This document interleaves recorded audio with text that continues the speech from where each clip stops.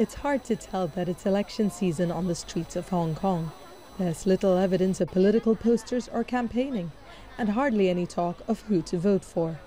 That's because only 1,200 people will be casting their ballots.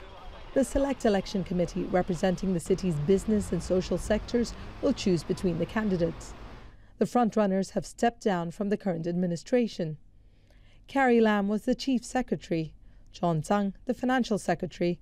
Also looking to contest are retired Judge Woo Kwok Hing and former Secretary for Security Regina Ip. Aside from the occasional news conference, the candidates have done little to win over the public. That's because they don't have to.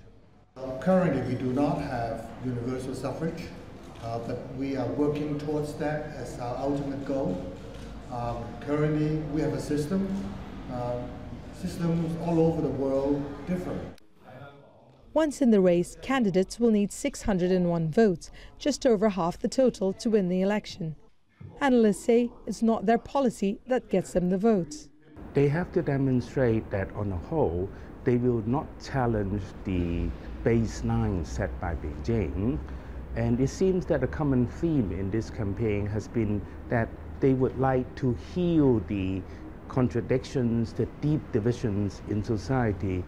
And those divisions have never been more apparent. Housing has become unaffordable for many in the city, and the gap between the rich and the poor has increased dramatically.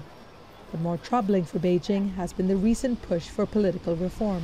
Hong Kong citizens have never had the power to choose their own leader, but this election particularly stings.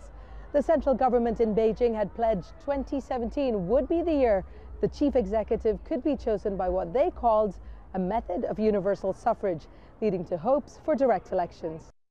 It was after the central government clarified, saying all candidates would have to be approved by Beijing, that thousands of people took to the streets. The 3 months of protest in 2014 was known as the Umbrella Movement. Joshua Wong was one of its student leaders.